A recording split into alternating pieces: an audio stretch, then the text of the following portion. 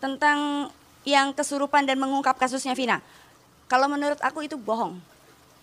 Itu hanya kebohongan yang diciptakan karena rasa takutnya seseorang tersebut, karena dihantui rasa bersalah, dosa besar dia yang tidak akan pernah diampuni, sehingga dia menciptakan kesurupan itu sampai menceritakan sedetil-detilnya kejadian.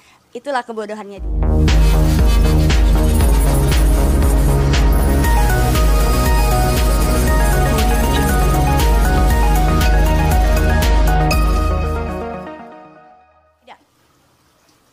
Bisa, tapi tidak sampai selama itu. Ya, bisa, tapi dia pun kalau ngomong terbata-bata, kemudian juga tidak sampai, ya itu tadi yang aku bilang.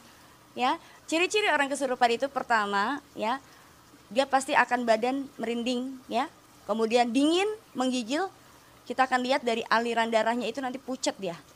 Ya, pucat, muka pucat, kemudian keringat dingin, bergetar tubuh itu, ya, baru dia akan hilang kesadarannya. Dan itu pun, ya, paling lama 2-3 menit itu udah paling lama, ya, nggak nyampe 5 menit. Karena alam kita beda, energi kita beda.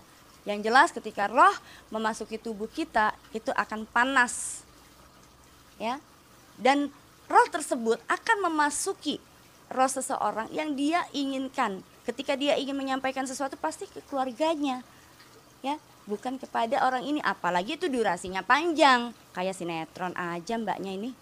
Berarti sinetron membantah dan adanya kesurupan yang seperti heboh kemarin itu ya? Ya, itu tidak kesurupan. Itu adalah alam sadarnya dia yang bicara karena rasa ketakutan dia.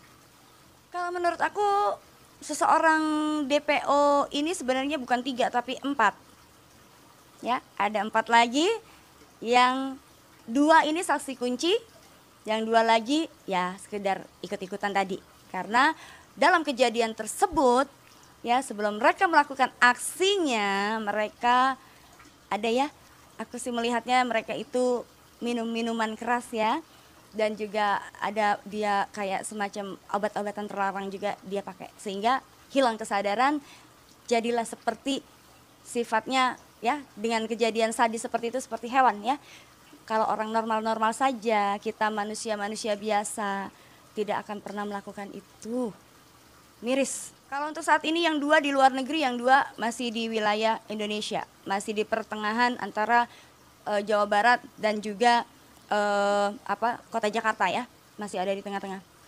Sosok karakter seorang ya, ini karakternya pendendam, ya, dia pendendam, dia juga orangnya tuh karena biasa dimanjakan orang tuanya, ya, apapun yang dia mau harus dia dapat.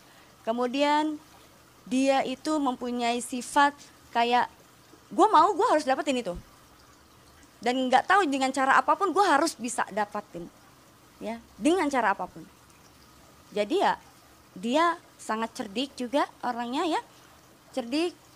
Ya itu tadi, karakter yang paling dominan adalah pendendam, dan dia ketika sudah benci dengan orang, dia akan melakukan apapun untuk, ya, sampai dengan istilahnya itu tadi, ya, menghabisi seseorang. Dia tega.